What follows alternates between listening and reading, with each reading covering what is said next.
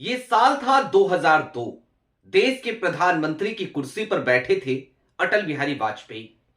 और उस वक्त आरएसएस के सामने झुकने से वो बार बार इनकार किया करते थे।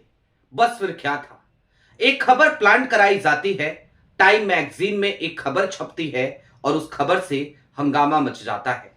टाइम मैगजीन बकायदा अटल बिहारी वाजपेयी को बहुत अधिक शराब पीने वाला प्रधानमंत्री बताती है और एक मजाकिया तंज कसती है कि क्या एक परमाणु संपन्न देश का नेतृत्व करने वाला प्रधानमंत्री ऐसा होना चाहिए।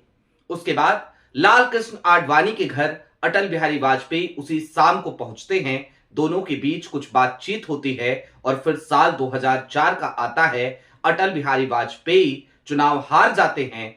वो दिन और आज का दिन अटल बिहारी वाजपेयी हमारे बीच नहीं रहे, लेकिन सत्य यह भी है कि 2004 के बाद वो सक्रिय राजनीति से भी दूर हो चले थे। ये कहानी अटल बिहारी वाजपेयी की थी, लेकिन क्या प्रधानमंत्री नरेंद्र मोदी का हश्र इससे भी ज्यादा बुरा होने वाला है? आज की तारीख में, अभी हालिया दिनों में, प्रधानमंत्री नरेंद्र मोदी क्या एक बंद कमरे में बस रो पड़े थे कुछ लोगों के सामने?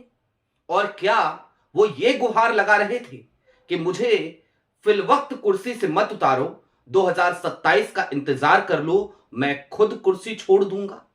और इसके साथ ही साथ चर्चा तो इस बात की भी करेंगे कि आज की तारीख में पांचजन्य, जो आरएसएस का मुखपत्र है या फिर की ऑर्गेनाइजर, उन पर ऐसा क्यों लग रहा है जैसे मोदी जी को ही बायकॉट कर दिया गया हो। और गोरखपुर में मोहन भागवत ने क्या इशारा कर दिया?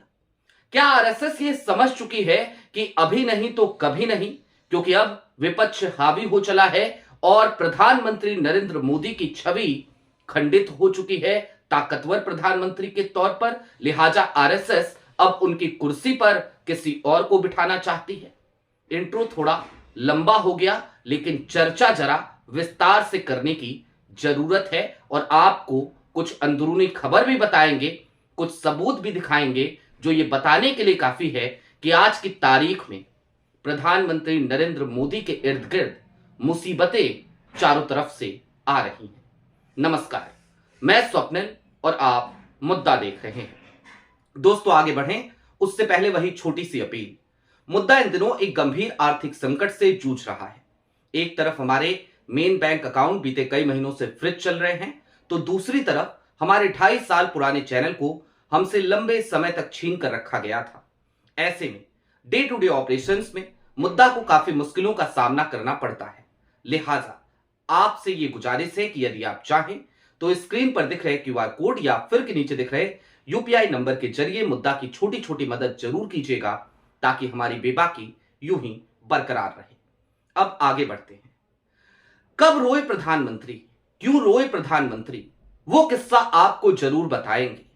कुर्सी छीनने का ये डर अचानक से प्रधानमंत्री नरेंद्र मोदी को क्यों सताना पड़ा? वो अपने कैबिनेट के सामने आखिरकार किस बात की शिकायत लेकर इस बार बैठ गए और कैसे इस बात पर इमोशनल हो गए कि वो अलग थलग पड़ गए थे, इस वजह से वो लोकसभा में नहीं जा पाए। ये सारी बातें बताएंगे, लेकिन उससे पहले आपको कुछ चीजें मैं जरा दिखा देना चाहता हूं। मसलन आपके स्क्रीन पर पांचजन्य की एक खबर है। नीट छात्रा मामले में आवाज उठाना पड़ा भारी, पप्पू यादव की गिरफ्तारी पर राहुल प्रियंका का पलटवार। अब आप कहेंगे ये तो एक आम सी खबर है, लेकिन क्या आपने नोटिस किया ये खबर छपी है पांचजन्य में?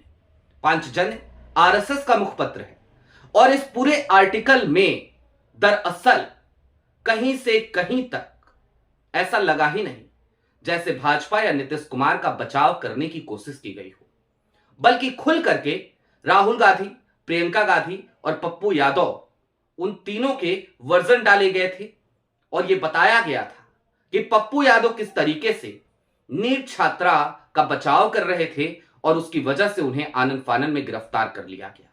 यह खबर कुछ दिनों पुरानी है। हालांकि इस खबर के बाद मैंने एक मित्र को फोन किया जो पांचजन्य में ही काम करता है, वहां पर संपादक है, और उसके बाद इस खबर को पांचजन्य ने डिलीट भी कर दिया। हालांकि मैंने उस वक्त भी स्क्रीनशॉट ले रखा था, वो स्क्रीनशॉट मैंने आपको दिखाई है। मैंने उस वक्त उस मित्र से पूछा था कि आखिरकार क्या हो गया, और यही जानने के लिए फोन किया था कि संघ और भाजपा के रिश्ते किस कदर लड़खड़ा रहे हैं। वो दिन और आज का दिन मैं लगातार बहुत सारी चीजें रिसर्च कर रहा हूं, बहुत सारे लोगों से बात कर रहा हूं, और अब एक कॉन्क्रीट स्टोरी आपके सामने रख रहा हूं। एक और खबर देखिए, यह खबर आज की ही तारीख की है। आरएसएस के 100 साल फिर से भारत को टूटने नहीं देंगे, मोहन राव भागवत। और यह बयान कहां दिया पता है आपको? यह बयान मोहन भागवत ने दिया गोरखपुर में, योगी आदित्यनाथ के गोरखपुर में।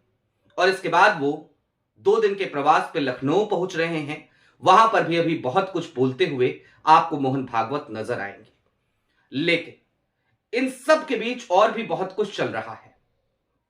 मसलन सदन के भीतर जो कुछ भी हुआ, उसके बाद बजट सेशन के पहले सत्र की समाप्ति के साथ ही कैबिनेट की एक बैठक होती है। बंद कमरे में बैठक होती है, जाहिर सी बात है। और उस बंद कमरे में प्रधानमंत्री नरेंद्र मोदी इमोशनल हो जाते हैं, भावुक हो जाते हैं। भावुक क्यों होते हैं? क्योंकि राहुल गांधी लगातार सदन में उनके ऊपर बहुत सारे आरोप लगाते रहे। उनके 56 इंची सीने का जो गुब्बारा था उसको फोड़ते रहे, पंचर करते रहे। लगातार राहुल गांधी की आवाज मजबूत होती दिखी, और मोदी जी की तरफ से उस तरीके से पक्ष रखने के लिए उनके कैबिनेट के लोग भी सामने नहीं आए। राजनाथ सिंह ने पहले दिन बीच बचाव किया, अमित शाह भी उस दिन खड़े हुए, और उसके बाद से अमित शाह भी 9-2-11 हो गए। ऐसा लगा जैसे साथ छोड़ गए। जाहिर सी बात है, इसके बाद मोदी जी का टूटना लाजमी था।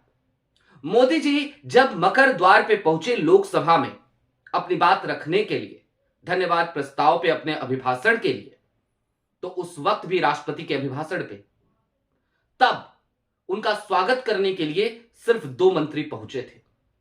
कौन थे वो?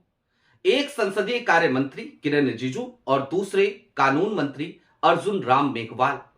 इसके अलावा प्रधानमंत्री नरेंद्र मोदी का स्वागत करके उनको लोकसभा के भीतर ले जाने के लिए कोई और आया ही नहीं था।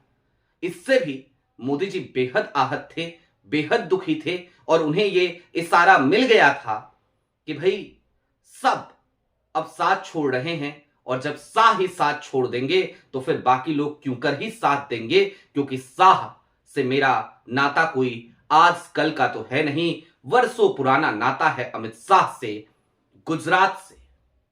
लेकिन अब क्या हो रहा है, कैसे ये इशारे मिल रहे हैं, और मोदी जी ने वहां पे क्या कहा वो समझ लीजिए। मोदी जी उस मीटिंग में इमोशनल होते हुए कहते हैं कि मुझे तो सबने अलग थलग छोड़ दिया है, ऐसा लगता है कि मुझे जाना पड़ेगा, लेकिन मैं जाऊंगा तो फिर सिर्फ मैं नहीं जाऊंगा, कहीं ऐसा ना हो सबको जाना पड़े। इस तरीके की इमोशनल बातें प्रधानमंत्री नरेंद्र मोदी जी करते हैं। इन बातों में चेतावनी कहीं नहीं थी, चुनौती कहीं नहीं थी, वार्निंग कहीं नहीं थी, बल्कि ये बातें कुछ इस तरीके की थी जैसे मोदी जी इस वक्त पे दुखी हो चले हों। अब प्रधानमंत्री नरेंद्र मोदी ये चाहते हैं कि 2027 का चुनाव आ जाए राष्ट्रपति का, और 2027 के चुनाव में ना सिर्फ एक सम्मानजनक विदाई प्रधानमंत्री नरेंद्र मोदी को मिल जाए कि वो राष्ट्रपति बन जाए, और उनको एक सेफ एग्जिट मिल जाए, एक इम्यूनिटी भी मिल जाए ताउम्र के लिए, बल्कि दूसरी तरफ प्रधानमंत्री नरेंद्र मोदी जी ये भी चाहते हैं कि अभी का जो समय काल खंड है, जो बुरा चल रहा है, इस बुरे समय में मेरा लोग मेरा साथ तो दें। लेकिन सच हमेशा कड़वा होता है। उस इमोशनल स्पीच के बाद बंद कमरे की, जिसमें लगभग रो पड़े थे प्रधानमंत्री, अमित शाह साहब तो मैदान में जुट गए। वो तो लगे प्रोटेक्ट करने, शिवराज सिंह चौहान भी जुट गए, वो भी लगे प्रोटेक्ट करने, पीयूष गोयल भी जुट गए, वो भी लगे प्रोटेक्ट करने। रात को 11 बजे और 1 बजे रात को, आधी आधी रात को वीडियोज बना बना करके ये सब लोग ट्वीट करने लगे, ट्वीट खेलने लगे। लेकिन संघ क्या कर रहा है, अब जरा वो समझ लीजिए। संघ का अपना एक इकोसिस्टम है, वो खुल करके कभी सामने नहीं आता। अटल बिहारी वाजपेयी को भी जब गद्दी से उतारना था तो वो खुल करके सामने नहीं आया था। बलराज मधोक के मामले में भी वो खुल करके सामने नहीं आया था। आडवाणी, उनके मामले में भी वो खुल करके सामने नहीं आया था।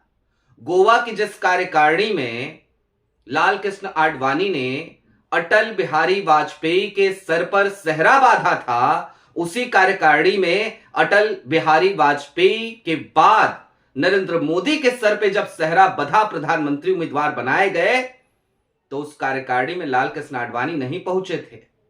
उसके बावजूद वो कार्यकारिणी हुई और नरेंद्र मोदी के सर पे सेहरा बंध गया, सज गया। संघ यूज एंड थ्रो की नीति को अपनाना जानता है और प्रधानमंत्री नरेंद्र मोदी का नाम आज की तारीख में यूज एंड थ्रो की उस कैटेगरी में आ गया है जहां पर संघ के लिए अब नरेंद्र मोदी एक इस्तेमाल हो चुके टिश्यू पेपर से ज्यादा कुछ नहीं बचे हैं। और संघ का जो इकोसिस्टम है उसको अगर गौर से आप देखिए तो जल्दी जल्दी में मैं आपको कुछ चीजें और बता देता हूं। अजीत भारती, हर्षवर्धन त्रिपाठी, जयपुर डायलॉग वाले संजय दीक्षित और ऐसे ना जाने कितने ही नाम जो संघ के इकोसिस्टम के माने जाते हैं। क्या आप कल्पना भी कर सकते थे कि ये लोग प्रधानमंत्री नरेंद्र मोदी की खिलाफत करेंगे? लेकिन आज की तारीख में ये तमाम चेहरे प्रधानमंत्री नरेंद्र मोदी की खिलाफत करते हुए खुलकर के लिखते हैं, खुलकर के बोलते हैं। आनंद रंगनाथन खुलकर के बोलते हैं। ये तमाम लोग क्यों बोल रहे हैं? क्योंकि जाहिर सी बात है, ये इशारा है, साहब अब चले जाइए, झोला उठा लीजिए, क्योंकि यदि आपने झोला नहीं उठाया तो फिर सबको झोला उठाना पड़ेगा। कहीं ऐसा ना हो भारतीय जनता पार्टी इतने सालों बाद आई थी, फिर एक लंबे समय का इंतजार हमें करना पड़े। क्योंकि भारतीय जनता पार्टी को यदि सत्ता में आना है तो उसे 200 प्लस सीटें चाहिए मिनिमम, 250, 240, तब जाके वो सत्ता में आ पाएगी। लेकिन दूसरी तरफ अगर कांग्रेस को सत्ता में आना है तो उसे सिर्फ 140 से 150 सीटों की जरूरत है। इतने सीटों के बाद कांग्रेस इत्मीनान से सत्ता में आ सकती है। यह एक तल्ख हकीकत है जिसे संघ भी समझता है और संघ का इकोसिस्टम भी। इसके साथ ही साथ आज की तारीख में इस वीडियो के बाद आप जाकर के संघ के मुखपत्रों की वेबसाइट को खंगाल लीजिएगा, चाहे वो ऑर्गेनाइजर हो अंग्रेजी का या फिर कि पांचजन्य हो। आजकल प्रधानमंत्री नरेंद्र मोदी के तमाम कार्यक्रम चल रहे हैं। मोदी जी खूब बोल रहे हैं, खूब लिख रहे हैं। यूं तो गाहे बेगाहे मोदी जी कोई ट्वीट कर दें तो भी तमाम अखबारों में वो हेडलाइन बन जाती थी फ्रंट पेज की। लेकिन आज की तारीख में आरएसएस के ही मुखपत्र में वो हेडलाइन नहीं बनती। आरएसएस के मुखपत्र में शाह के बयान छपते हैं, आरएसएस के मुखपत्र में मोहन भागवत के बयान छपते हैं, राजनाथ सिंह के बयान भी छप जाते हैं, शिवराज के बयान भी छपते हैं। लेकिन प्रधानमंत्री नरेंद्र मोदी का यह बायकॉट लगभग 1.5 महीने से संघ लगातार कर रहा है। तो आप समझ लीजिए चीजें किस दिशा में जा रही हैं। निश्चित तौर पर अब वो फैसले की घड़ी आन पड़ी है जहां पर साहेब को सीधा सीधा इशारा किया जा चुका है कि अब कुर्सी छोड़ो, तुमसे ना हो पाएगा, मोदी है तो नामुमकिन है। आपकी क्या राय है कमेंट बॉक्स में जरूर बताइएगा। अभी के लिए दीजिए इजाजत। चलते चलते फिर वही अपील, चैनल पे नए हो तो सब्सक्राइब करते हुए जाइएगा, सक्षम हो तो छोटी छोटी मदद मुद्दा की जरूर कीजिएगा। बहुत शुक्रिया।